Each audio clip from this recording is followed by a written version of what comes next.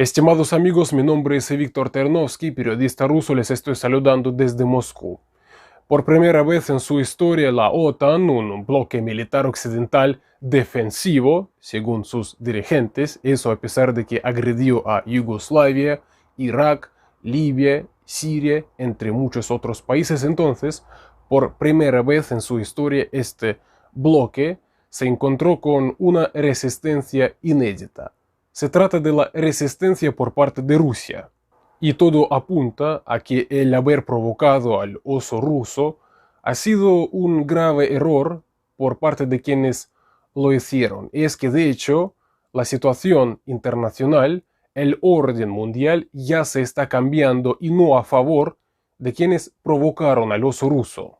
Y no lo digo yo, sino que lo dicen numerosos expertos internacionales, entre ellos el reputado analista nicaragüense Manuel Espinosa, quien es además asesor del Centro de Estudios Regionales. El señor Espinosa atendió amablemente a este canal y les invito a escuchar la entrevista. ¿Qué es lo que se decide en Ucrania en estos momentos? Es lo que quisiera preguntarle para que se entienda que, y yo creo que sus declaraciones y sus entrevistas también dejan claro que no es algo meramente local, digamos, algo entre Rusia, Ucrania, algo en Europa, que en realidad se decide algo que va mucho más allá. Entonces, mi pregunta a usted es esa justamente, ¿qué es lo que se decide?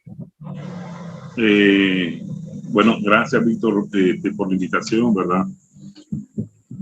La verdad es que nos sorprendió mucho al inicio comprender la extensión de los cambios, la profundidad de los cambios que la operación militar especial rusa a partir del 24 de febrero está realizando no solo en el marco local, ucraniano o europeo, sino global. Y subrayo lo global por el énfasis e importancia que esto tiene para la humanidad. Al principio, claro, iniciamos a pretender analizar algo desde puntos de vista netamente militares, políticos o de seguridad. Sin embargo, esto va mucho más allá y le corresponde a la humanidad interpretarlo tal y como es, ¿verdad? Mira, hemos encontrado tantos elementos que esta operación militar especial rusa está trasladando en materia de cambio, ¿verdad?, al sistema internacional, que muchas teorías de la geopolítica, de la economía política, de la economía internacional, la está revitalizando. Teorías como el Harlan, el Rimland, Euroasia, la Gran Euroasia, que muchos inclusive decían que estaban pasivas ahí, adormecidas, o que muchos se atrevían a descartarlas como esa famosa noción del fin de la historia y pretendiendo como que si monstruos ideológicos como el fascismo, el nazismo habían desaparecido, ¿verdad?, desde el planeta. Pues no, vemos que el monstruo está ahí, latente, que las intenciones occidentales antieslavas, ¿verdad?, de siglos, están ahí vivas más que nunca, igual que nosotros presenciamos el nacimiento, el fortalecimiento del fascismo y el nazismo durante la Segunda Guerra Mundial. Este es un nuevo intento que están haciendo por meterlo ahí, introducirlo ahí en Ucrania como pivote de lanza para luchar contra Rusia, como utilizaron en su momento a la Alemania hitleriana. Entonces, hay muchas cosas de la historia que también esta operación militar especial en la historia rusa y soviética está reivindicando. Por ejemplo, ese golpe sorpresivo del 22 de junio de 1941, también esta vez no se les permitió. Sabemos que tenían preparado más de 125,000 tropas en Ucrania para atacar a las repúblicas independentistas de Donetsk y Lugansk en la región del Donbass, ¿verdad? Y y se anticipó a este tipo de acciones sorpresivas que conllevan a la masacre de miles y miles y miles de personas inocentes, en un afán geófago, ¿verdad? De extracción, de saqueo de recursos estratégicos, minerales, gas, petróleo, metales preciosos, alimentos, cultivos, etcétera, etcétera, pues. Y el apoderamiento de nuevos territorios para avanzar hacia Rusia para también aceptar un golpe sorpresivo, como la Alemania lo logró hacer en su momento en esa fecha, el 22 de junio del 41. Entonces, el hecho de que Rusia ha levantado esa bandera de lucha nuevamente, con gran sacrificio de su pueblo y de su tropa por liberar no solo a Ucrania del neonazismo, ¿verdad? Sino a toda Europa y a todo el mundo, porque no solo ahí hay neonazistas. Los neonazistas y fascistas todavía existen y pululan por todo el planeta y tienen una enorme capacidad de poder económico para financiar a un sinnúmero de organizaciones que levanten sus banderas de lucha. Entonces, cuando nosotros vemos de que Rusia, con ese enorme sacrificio de las vidas de sus tropas, la vida de las tropas de sus aliados, levanta esta bandera, me parece que esa lucha no tiene límite, no solo puede trascender al territorio ucraniano, ¿verdad? Y esa lucha también, esa bandera, hay que levantarla a nivel global y apoyar a la Federación Rusa en este momento. Me parece también que haber logrado ya, después de 4 meses de operación militar especial en Ucrania, desmitificar ese imaginario colectivo global que la OTAN es una organización militar superpoderosa, impune, ¿verdad? Porque han dado en Libia, han dado en Siria, han dado en Afganistán, ha estado metido en Irán y nadie los puede parar. Esa mentira se vino abajo. Rusia ha demostrado una enorme capacidad militar,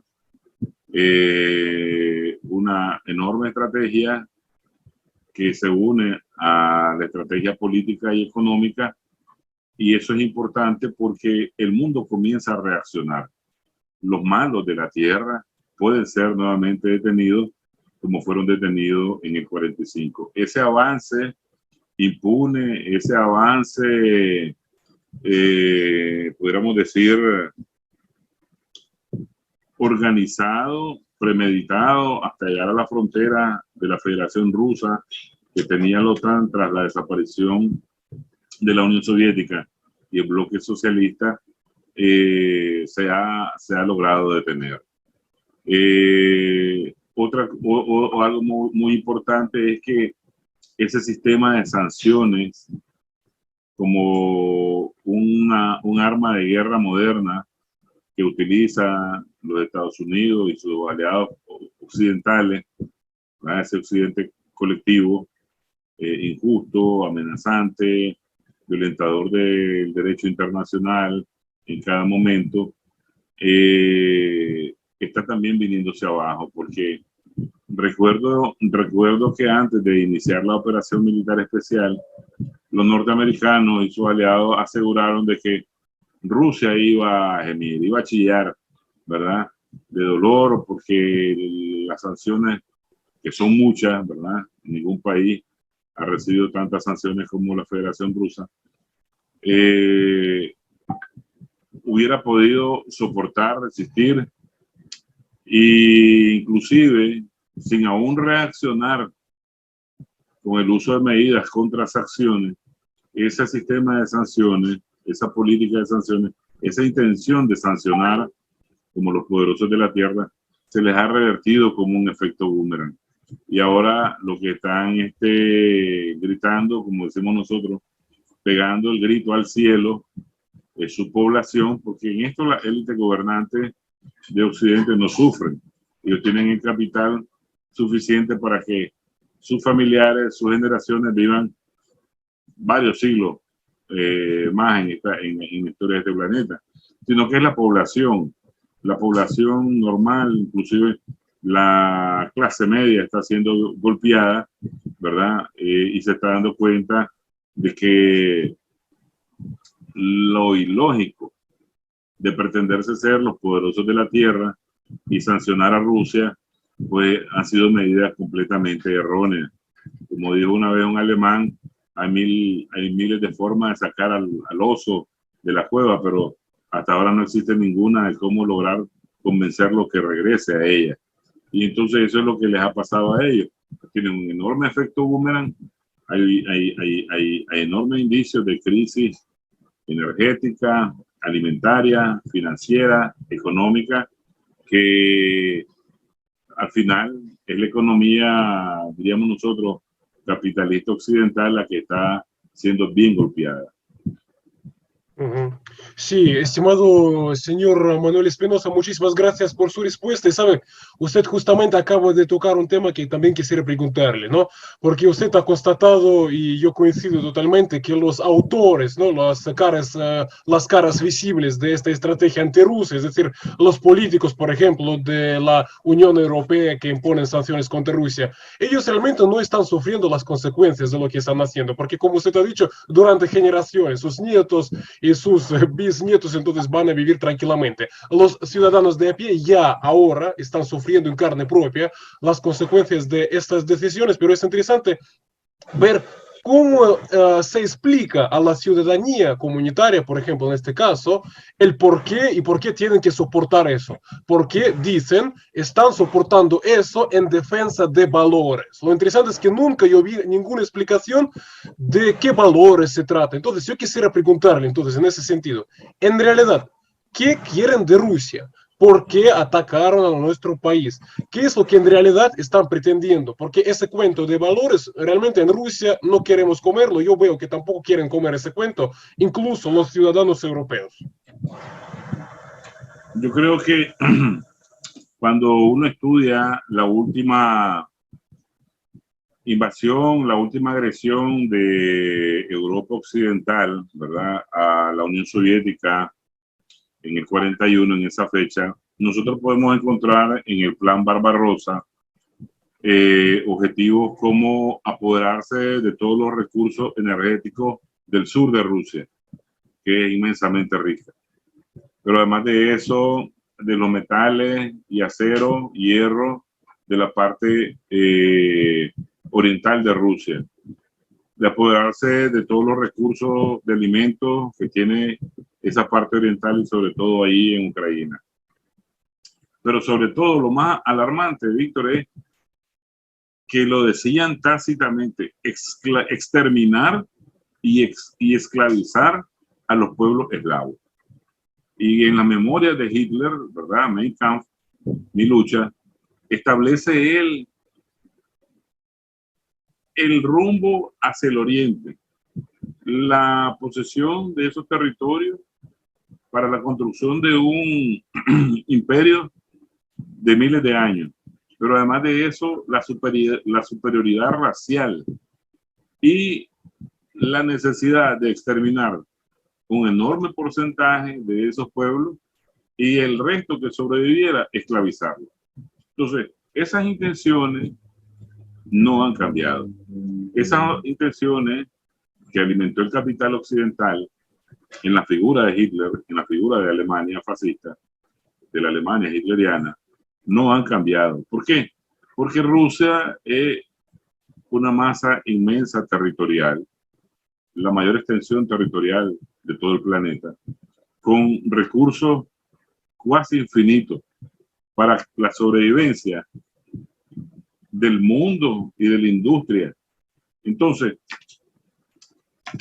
hay que estar claro de las intenciones de ellos, hay que estar claro que no han cambiado y por lo tanto hay que estar más claro que van a ver de qué manera ellos logran apoderarse de esos territorios. Decía la secretaria del Departamento de Estado, Condoleezza Rice, que qué injusto es que apenas 145 millones de habitantes puedan vivir en la extensión territorial más grande del planeta y no quieran compartir su riqueza con el resto del mundo. ¿Qué clase de cinismo? ¿Qué clase de cinismo más ilustrado? ¿Verdad? Como que si ellos fueran los seres más dadivosos del planeta. Como que si ellos fueran la Madre Teresa de Calcuta y compartieran todas las riquezas. Estamos hablando del país supuestamente más rico de la Tierra, con mayor capacidad económica, y no te convierten más que balas, bombas, ¿verdad? Y muerte y dolor por todo el mundo. Entonces, algo muy importante, creo yo, que en todas estas nuevas generaciones a nivel global, que están confundidas con elementos globalistas, ¿verdad? Porque la misión es confundir a la nueva juventud para que desconozcan e ignoren la historia y sus estrategias utilizadas, pasadas, para mantenerse en el dominio de la tierra. Algo que es importante, que esta operación está develando un sinnúmero de elementos para las nuevas generaciones, para la toma de conciencia colectiva global. Y esto es el fascismo, esto es los intentos de apoderamiento de los recursos, y no solo de Rusia, ¿verdad?, sino todo el planeta, su control, su saqueo, el exterminio de una enorme cantidad de la población de la Tierra, en fin, de ellos mantenerse con unos sistemas tan especulativos, ¿verdad?, tan falsos, tan mentirosos, como el sistema, por ejemplo, financiero global.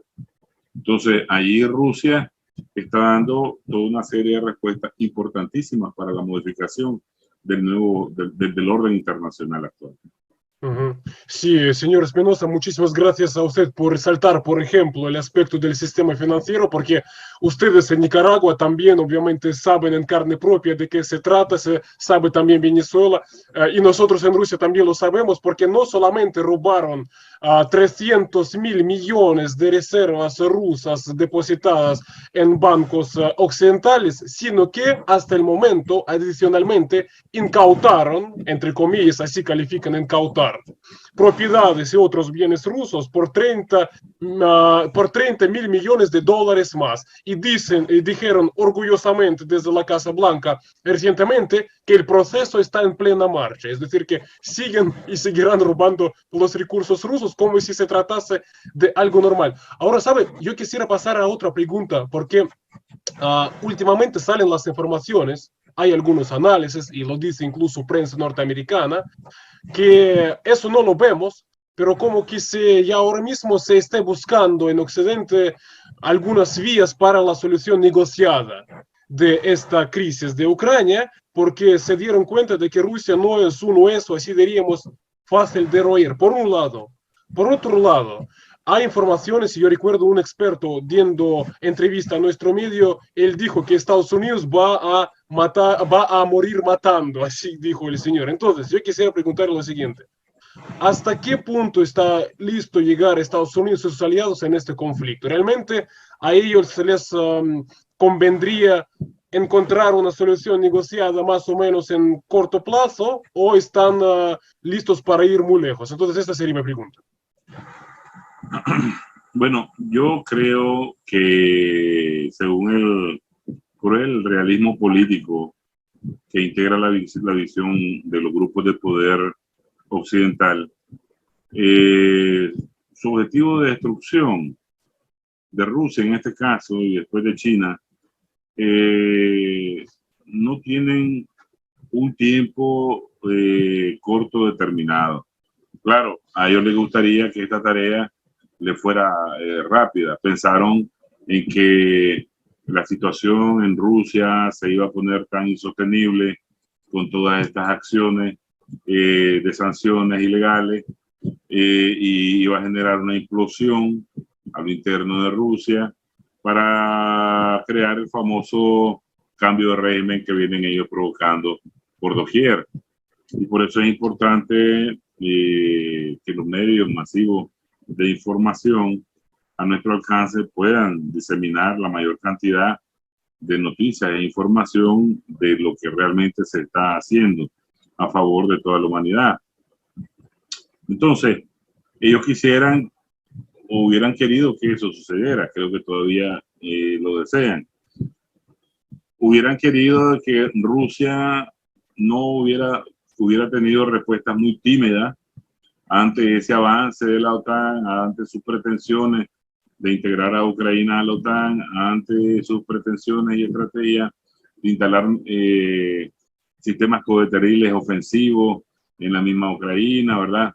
Sin embargo, la muestra de liderazgo de Rusia, de la dirigencia rusa en este periodo de la historia de la humanidad, ha sido muy correcta, ha sido muy decidida y le estropeó los planes a largo plazo a los occidentales. ¿Qué sucede? Por un lado, ellos tienen muchos problemas y están apurados. Pronto va a llegar de nuevo el invierno y eso les va a ellos a crear muchas situaciones de implosión social en sus propios países. Producto de que las realidades económicas son diferentes. Rusia tiene reservas reales de recursos estratégicos y aquellos solo tienen divisas que son papel y es papel especulativo, bajo un sistema especulativo. Pero además de eso, el armamento moderno que posee Rusia, ¿verdad? Que no tiene parangón todavía en Occidente, les está también estropeando los sueños de que sus intenciones sean a corto plazo. Yo he observado algo muy interesante. La operación militar especial en Rusia avanza en tiempo y forma. Y ese avance calculado, ese avance cuidadoso, ese avance que salva muchas vidas colaterales. Rusia, el ejército ruso ha sido muy cuidadoso en no usar esa doctrina de tierra arrasada, como hacen ellos, que llegan, bombardean a mansalva, fósforo blanco aquí, napalm aquí, bomba de racimo aquí, y ahí muere más población que combatientes. Esa es la forma de hacer la guerra de Occidente, de la OTAN. Rusia no, Rusia ha tratado de preservar la vida de esos ciudadanos que han estado después del 2014, bajo el monstruo del nazismo y los está liberando. Entonces, ese tiempo correcto que se ha utilizado para el avance y la toma de nuevos territorios que se han liberado, ha generado por reacción en cadena un sinnúmero de elementos que a Occidente lo ha sacado fuera de balance. Y prueba de esto es que ya muchos de sus estrategas han sido hasta removidos o han tenido que dimitir de sus cargos, ¿verdad? No se han cumplido las expectativas. Y me parece que ahora, con todo lo que viene de modificación económica en el orden internacional, la crisis para ellos y el caos para ellos va a ser mayor. Sí, señor Espinosa, muchísimas gracias por su respuesta. Otra pregunta que quería hacerle, porque usted se encuentra en Nicaragua, en América Latina, pero usted es un gran especialista en lo que tiene que ver con este enorme espacio donde también se encuentra Rusia, es decir, este espacio euroasiático. Y creo yo que en este espacio ahora mismo están ocurriendo hechos también importantes, unos movimientos, yo creo que a veces se puede calificarlos como tectónicos. ¿En qué sentido?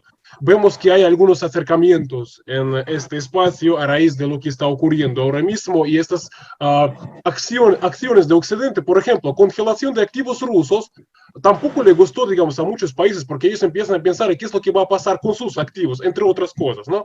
Por ejemplo, la última noticia, yo le voy a citar, hoy Bielorrusia, entonces solicitó la entrada en la Organización de Cooperación de Shanghái. Es una de las manifestaciones de lo que ocurre en este espacio. Yo quisiera preguntarle, ¿se puede constatar que estos movimientos en este enorme espacio realmente empezaron a darse y darse de una manera acelerada como contrapeso a la hegemonía de Occidente? Esa sería mi pregunta.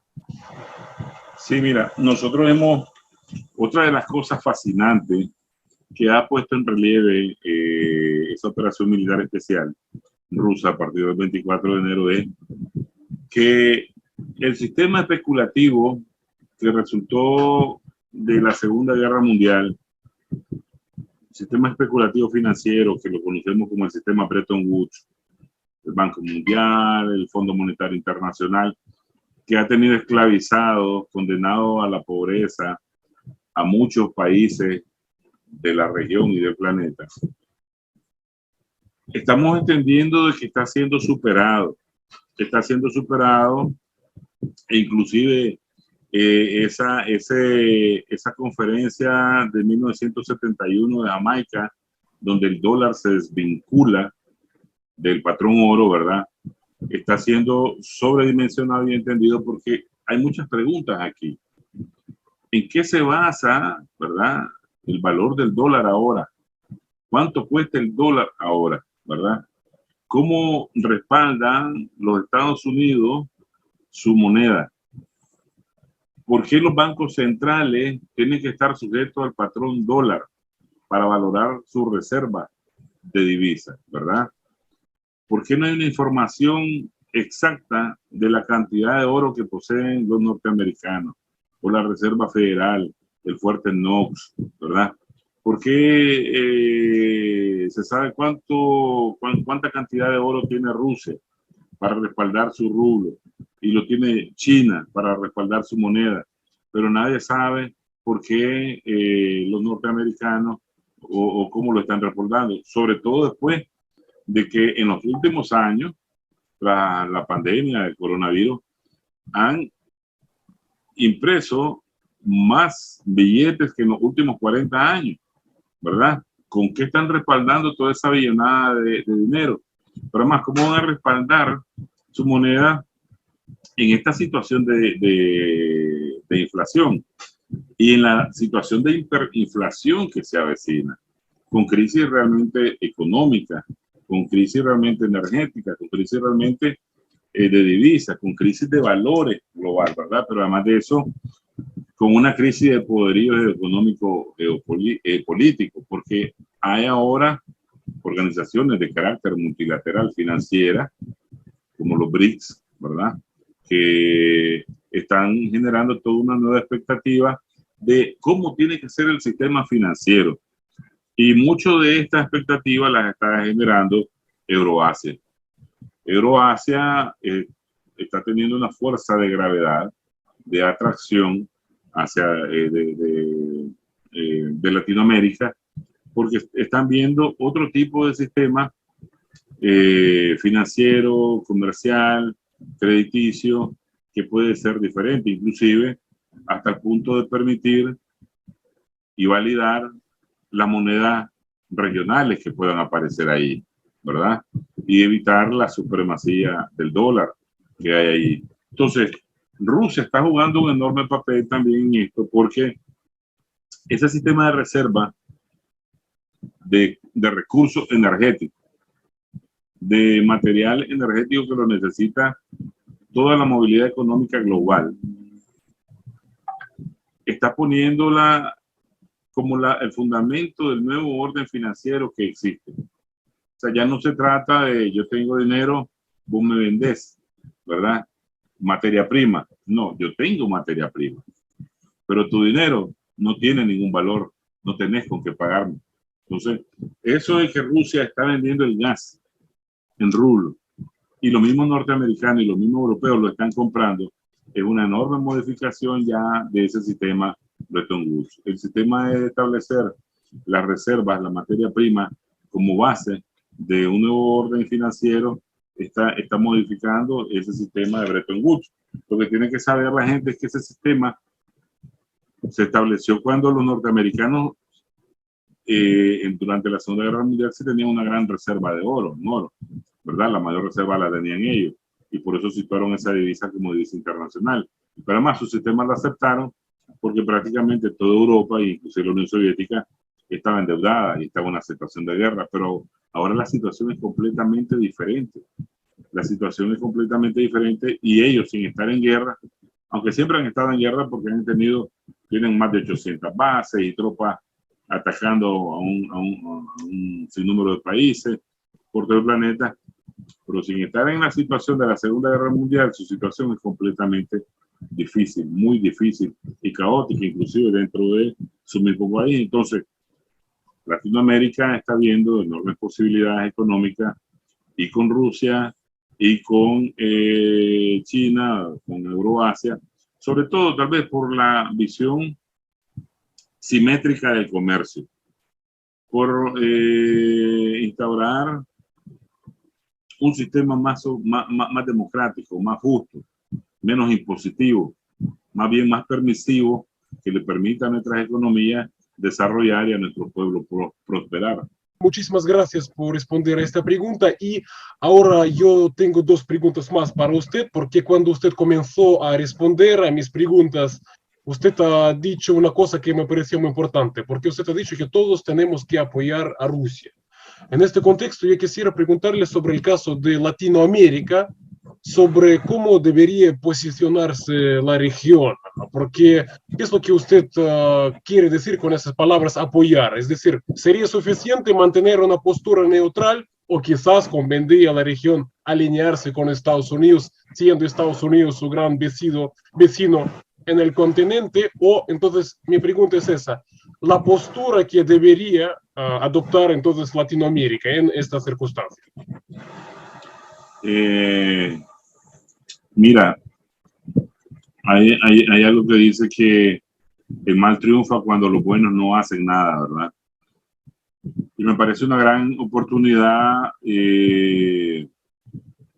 lo que nos está presentando Rusia como una nueva amenaza a la cual toda la humanidad tiene que abocarse y combatir unido con la Federación Rusa en esta bandera. Cuando nosotros revisamos los anales de la historia sobre lo que causó el fascismo, el nazismo, durante la Segunda Guerra Mundial, oficialmente describen que sufrieron unos 65 millones de seres humanos, perdieron la vida en prácticamente 5 años de conflicto, ¿verdad? Como la gente no vive esos periodos, lo ve como algo que no puede pasar, ¿verdad? Como algo que está lejos. Europa, eso es allá, distante, aquí eso no puede venir. Sin embargo, tras el fin de la Segunda Guerra Mundial, muchos fascistas alemanes, nazistas, vinieron a vivir a América del Sur, a esconderse, ¿verdad? Y otros fueron a trabajar para los servicios secretos de los norteamericanos y a sus centros científicos. O sea, esa mentalidad de monstruo ideológico está vivo y está remanente. Entonces me parece a mí que cuando nosotros vemos lo que han estado haciendo en esos 8 años en la región del Donbass, aplicando ese nazismo contra ese pueblo, que los medios occidentales lo han venido ocultando, que nunca se pronunciaron, ¿verdad? Y que ahora se nos permite, por esa ventana de luz que ha abierto Rusia, entender lo que ahí está pasando. Es necesario ponerle un stop. La OTAN, el complejo militar industrial que hace plata con cada guerra que inventa, con cada guerra que crea, con cada tanque, con cada bala, con cada arma que vende, están buscando cómo inclusive generar un conflicto mayor. Un conflicto mayor porque primero ellos ya están ganando plata. Como la guerra está en el plano europeo, piensan que no van esa guerra no los va a trastocar, ¿verdad? Sus intereses económicos. Hay una fuga, si vos mirás, de capital de Europa hacia Estados Unidos. Ya ellos están considerando eso que va a ser un teatro de guerra. Pero como ellos mismos están disparando la expectativa sobre una guerra, inclusive a escalada nuclear, entonces no es lo mismo producir un tanque o 10 tanques que producir un cohete nuclear en términos de ganancias. Entonces a ellos les interesa crear un susto a nivel global para producir armamento mucho más costoso, aunque no se llegue a utilizar, pero ya hicieron el negocio. Entonces, me parece a mí que el papel de Latinoamérica como región, apoyado en los académicos, en los medios de información masiva, en los políticos dignos, ¿verdad? Que entienden lo que está sucediendo, debemos de tomar una posición firme, no neutral. Lo neutral es como para los cobardes. Debe ser firme la posición que todo latinoamericano debe tener en todo momento, en todo lugar, en toda reunión, en todo encuentro, sea oficial, sea individual, para expresar que eso debe acabarse, que esa actitud guerrerista, esa actitud anexionista, esa actitud geófaga, ¿verdad?, de Occidente debe determinar o va a llevar al planeta a consecuencias mayores, porque aquí hay algo muy importante. Rusia entendemos que va a ganar. O sea, Rusia nunca ha perdido contra los enemigos extranjeros, ¿ya? Entonces, entendemos que Rusia va a ganar y debe de ganar, porque de no ganar, entonces, la visión que yo te decía de exterminio a los pueblos eslavos, de conquista, de anexo, de usurpación, de robo, de todos sus territorios y sus recursos que hay, eso va a seguir en la mentalidad occidental. Entonces tiene que ganar y si gana Rusia, gana la humanidad. Cuando ganó la Unión Soviética y destruyó al fascismo, ¿verdad? Destruyó al fascismo, le ganó esa guerra a los alemanes y a las empresas occidentales que lo financiaron para que se levantara esa Alemania, la humanidad ganó. Claro, una enorme pérdida en víctimas humanas y sobre todo la cantidad de pérdida de víctimas soviéticas que ofrendaron su vida para esa victoria. Sí, muchísimas gracias, estimado Manuel. Además, sabe, yo matizaría una cosa, porque parece, a juzgar por las declaraciones y actitud de algunos países, diríamos así, no todos coinciden con que ganó toda la humanidad al resultar derrotada la Alemania nazi. Parece que lo que está ocurriendo es eso, pero en cualquier caso yo le agradezco su respuesta y sería mi último, quizás prosiguiendo mi última pregunta, porque obviamente usted está muy al tanto que todas las portadas recientemente entonces fueron ocupadas por la noticia sobre alianza militar Rusia-Nicaragua, entonces que autoridades de Nicaragua permitieron el ingreso de tropas, barcos y aviones de las Fuerzas Armadas de Rusia. Yo ahora mismo estoy citando uno de los medios y además recientemente salió otra información. Irán, Rusia y China entonces realizarán maniobras militares en América Latina. Dicen que esto se realizaría el próximo mes de agosto. Quisiera preguntarle sobre cómo podrían interpretarse estos movimientos como algo rutinario o también eso tiene, digamos, un significado especial. Esto sería mi pregunta. Sí, mira, el significado especial es que son acciones soberanas de nuestros países, de nuestros pueblos, de nuestro gobierno. Estas acciones de política exterior están ratificadas por nuestro Parlamento, nuestra Asamblea Nacional. Aquí no hay nada ilegal.